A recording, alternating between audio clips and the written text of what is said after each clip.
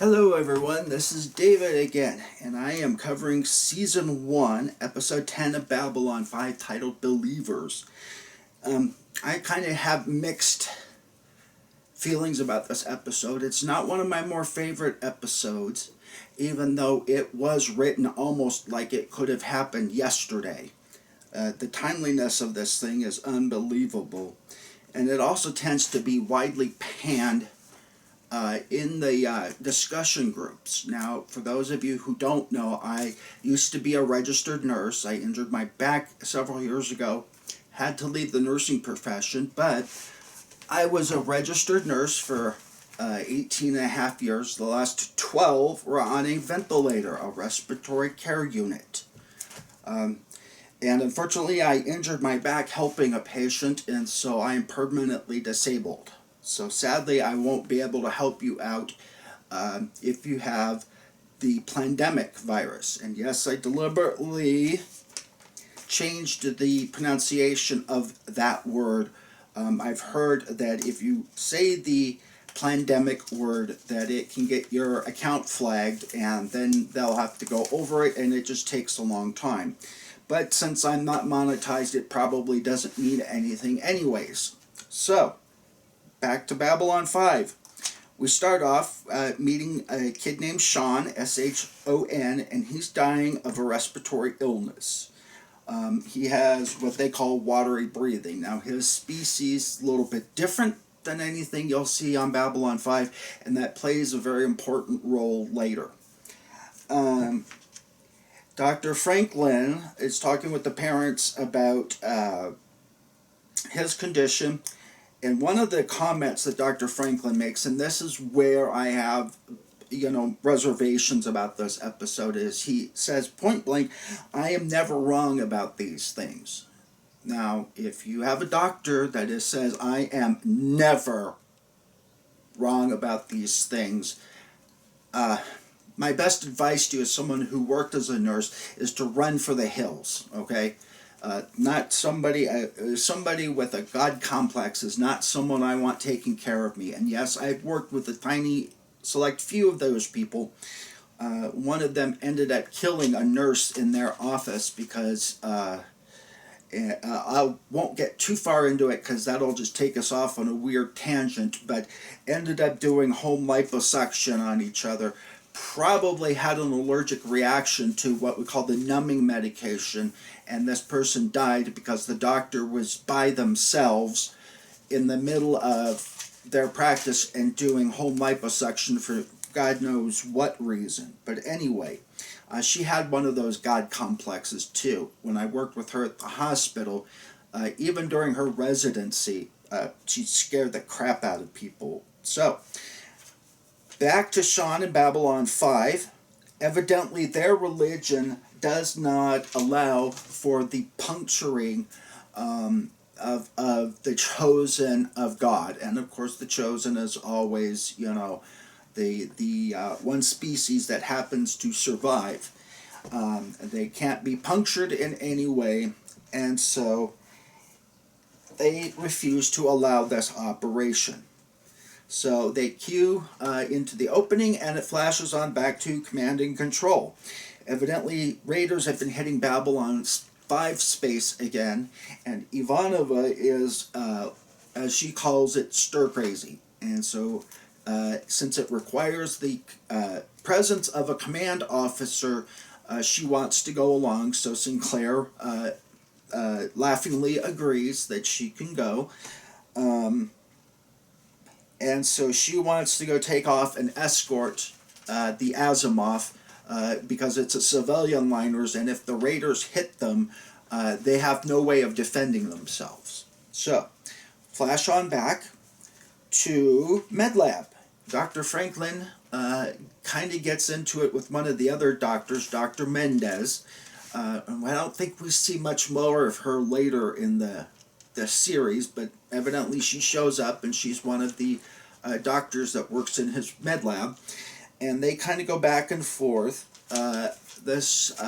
Dr. Franklin uses a ruse to keep Sean there, because the parents were ready to pick him up and take him out, and they probably would not have survived the first jump to the nearest station. Well, Dr. Franklin uses a ruse to keep Sean there, and as he's confronting or talking with Dr. Mendez, he says, "You never insult your patient's beliefs." Now, having been a nurse, I certainly can agree with that. But then Dr. Franklin turns around later in this episode and violates their beliefs in one of the most intimate ways possible. So we flash on back to Ivanova, and she leaves with 2 fighters to escort the liner Asimov. Now, if I'm going into a combat situation, why on earth would you only take 2 fighters? Why not take a squadron? Now, if someone in the military can correct me, I can't remember if a squadron of fighters is 6 or 12. Can someone please, I mean, I would take at least 6 people with me if I thought I was going to get into combat, but it's Ivanova, so she takes her and 1 other person. Flash on back to Dr. Mendez and Dr. Franklin, and Dr. Mendez quips to Dr. Franklin, "Your God is medicine, and you can do no wrong in its service." And basically they go into what is the difference between medicine and one's spiritual beliefs. And she's trying to say, what's the difference? And Franklin says, "I produce measurable results. One way or another, I am going to save that boy's life." Again, if you have a doctor with that kind of a God complex, you need to run for the hills, because they're dangerous. Now, having said that, I can also assure you, I've met thousands of doctors in my work at a hospital and at a nursing home before I worked at Providence, and I can count on a couple of 3 fingers that I have doctors that I have met that have this kind of complex. But it makes this, and one of the main problems that I have with this episode is it makes it seem like doctors like this are a dime a dozen. Now, at least in the United States, now if you live in a foreign country, please put down, even if it's different. David, I live in Zimbabwe, and here all the doctors are like that. It would be really interesting to see what doctors are like in other countries, but in the United States, doctors usually don't have that kind of a God complex. And that's kind of my main issue with this series. And from what I can tell in the discussion groups on Facebook, and that's pretty much what other people say, that my doctor doesn't behave like that. I don't know if that's just Hollywood, but my doctor doesn't behave like that. These parents end up blaming Dr. Franklin because, "We trusted you, our son will die." And Dr. Franklin said, "No, because you won't trust me, your son will die." And it's all over Dr. Franklin wanting to cut into this boy, and of course they don't want to allow the surgery. And they're saying now, all of a sudden, well, if we had been allowed to go to one more clinic, maybe they could have given us, well, you know what, I've been involved in a lot of these conversations too. I had one lady who had at one point, a tiny pea-sized tumor in her breast, but she didn't want it fixed here in the United States. She went to Mexico for alternative treatments. Now, I'm not against alternative treatments, but if you're going to give up one system completely for another system, in other words, it's not complementary medicine, it's instead of medicine, then you're really taking a risk. And sure enough, when she came back to our emergency room, there was like a huge cantaloupe-sized tumor. And of course, that tumor had spread to her lungs and throughout her bodies, and now she wants us to fix it. And I'm just, it's like, thank God I'm not a doctor, and I'm going to have to sit down and hold your hand and explain to you, there is no fixing it at this point. And it's like these people with the pandemic. We have this wonderful injection that can either cure you or make it so that you have some nasty symptoms for a while, but they won't kill you in the long run. But oh no, everybody thinks that I spent 4 years of nursing school and doctors spent 12 years in medical school, that we're all of a sudden now something akin to the devil and we're just trying to implant microchips in you to control you, or whatever other nonsense you want to come up with. Well, I can tell you right now, there's enough microchips in your cell phone, in your car vehicle, in your smart TV, in your computer, that we can figure out whatever we want to know about you. We don't have to inject you, which we don't have the technology for right away, at least not yet. But we don't have to inject you with these little things, gadgets, to keep track of you. So, and trust me, I did not go to nursing school for 4 years to do that to people. I did that because I like to help people. I like to save lives, not control or take over or end people's lives.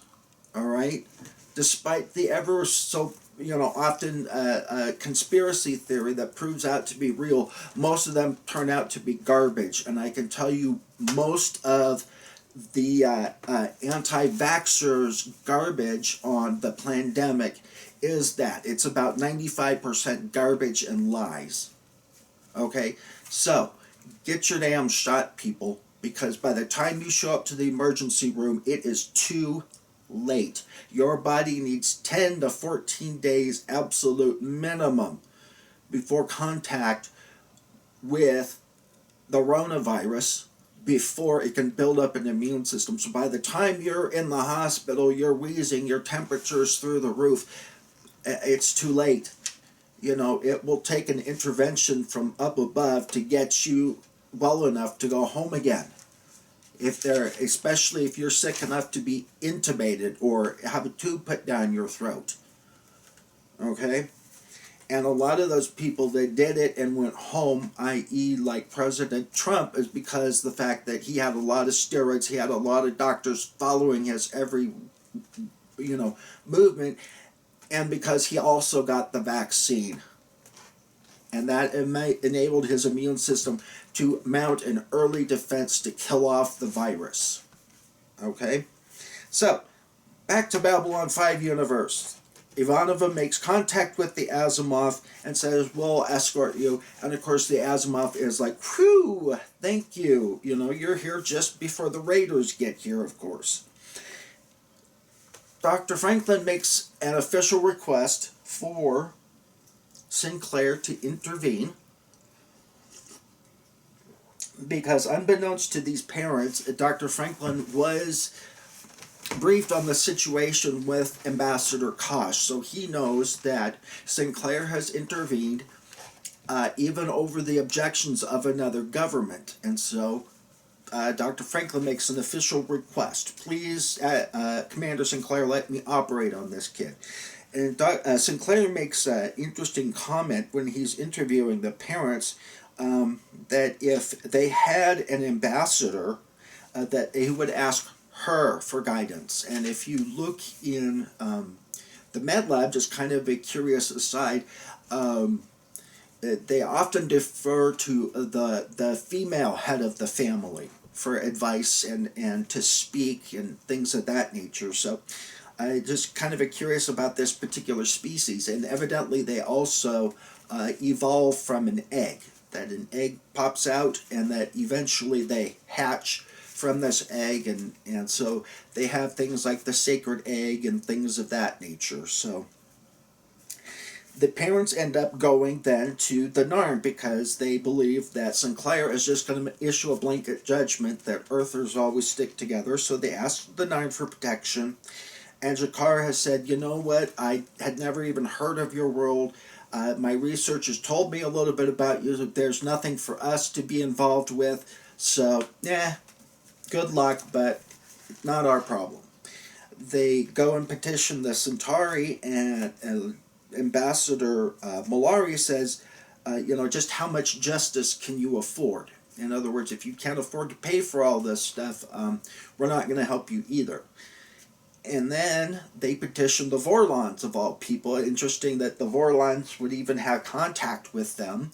But sure enough, Kosh pops out with the mem as they're asking for the Vorlons to intervene. Kosh says the avalanche has already started. It is too late for the Pebbles to vote.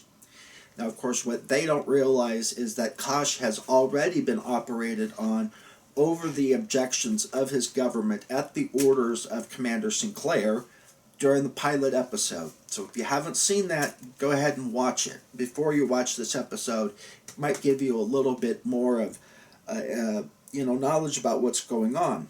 They next switch on over to the Minbari. They are forbidden also to intervene. So it kind of plays with who speaks for these lesser races on Babylon 5 and indeed on the world. And it kind of goes, okay, who speaks for, say, Iceland in front of the United Nations, or Zimbabwe, or Zambia, or Cambodia? Who speaks for them in front of unless you have, the People's Republic of China, Russia, England, France, or the United States to take up your cause, good luck getting anything done in front of the United Nations. So, interesting parallel there.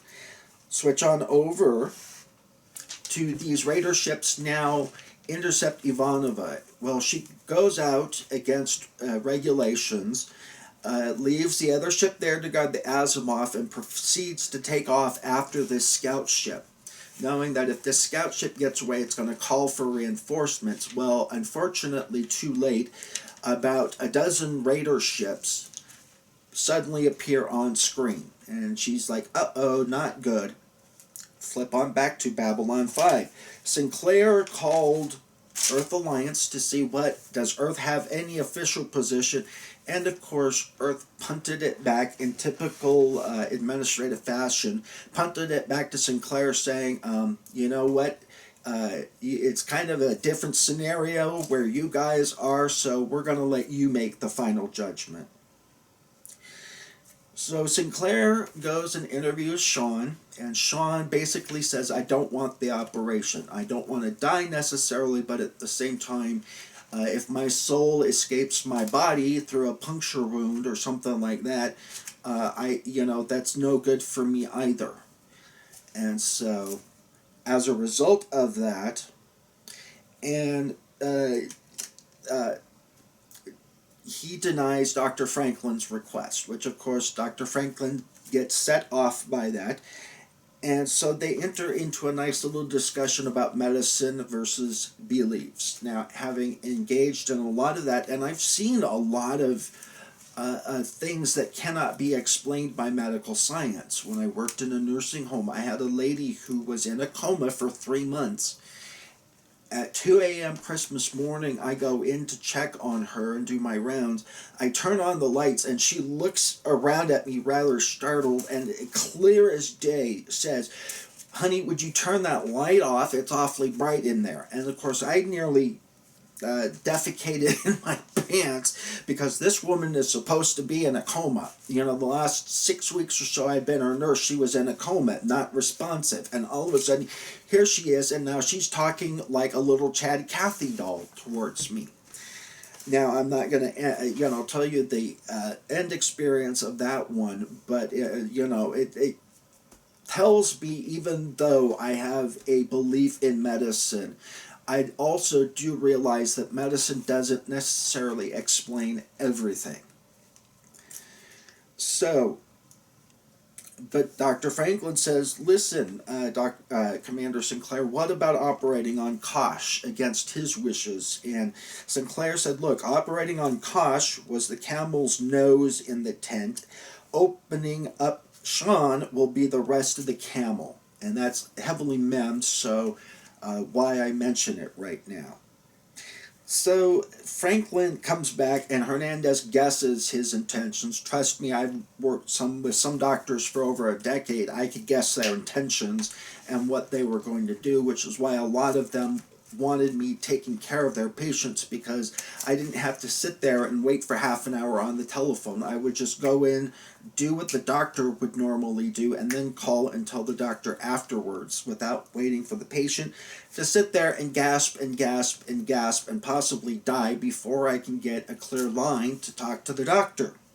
But enough of me tooting my own horn. Hernandez says you're going to need a second, so they operate on Sean. Well, Sean, of course, makes a miraculous recovery, and as soon as the parents come in, they start screaming and, what the hell have you done? And they now believe that their son is a demon. So even though Dr. Franklin may have done the right thing, did he really do the right thing? In the minds of the parents and the culture, no. And that's where I kind of also have an issue, is because I know most doctors, if the parents and the patient themselves don't want to be operated on, and especially if they've been given a direct order by a superior officer, because I have worked with some military doctors and nurses. When I was in nursing school, that was in Tacoma, Washington, which is right near Madigan Army Hospital. And so if you're given a direct order by their superior officer, trust me, they're not going to go off on their own. But that doesn't quote well with JMS's intentions here. So Franklin just goes off and does whatever he wants to do despite the parents' wishes. And so he makes a rousing observation that people come to doctors to be healed, and that they come to us to make it not so, that they come to us to be God for them. And that's where I have a lot of trouble, is doctors or any group of people thinking that they are just all-powerful and answerable to nobody, not even Commander Sinclair. So, of course, Sinclair is furious, but they end up getting called back to MedLab. The parents are taking Sean off to the long journey, their ceremonial robe. They think he's at first taking him back home, but then when Franklin realizes this robe is also the journey to the afterlife, he runs around, finds their berth wherever they're staying, and realizes as he walks in that the parents have ceremoniously killed their child because they believe he no longer has a soul anymore, and so they killed his child. And here's what I'd like to know is, why weren't these people brought up on murder charges? But, of course, this is science fiction, so we don't have necessarily the answer to that one. At the end, Sinclair and Franklin are talking in the garden area. Sinclair says, I've decided not to ask for your resignation, probably because of his guilt over this whole thing. Sometimes the guilt that you have coming from this is more than anybody outside can do to you, the internal guilt. So anyway, Ivanova rescues the Asimov. It turns out to be worth it, but, there, I guess, was an expensive repair bill, and so that concluded the episode. So I'd like to be I would be interested in knowing, I guess this goes to the heart of, was Dr. Franklin right in overriding the wishes of his patient and the parents and his own commanding officer? Is saving life the absolute most highest order of life, or is there another purpose to why we're here? So anyways, as always, comment, like, subscribe, and share, and I hope you all have a good rest of your day.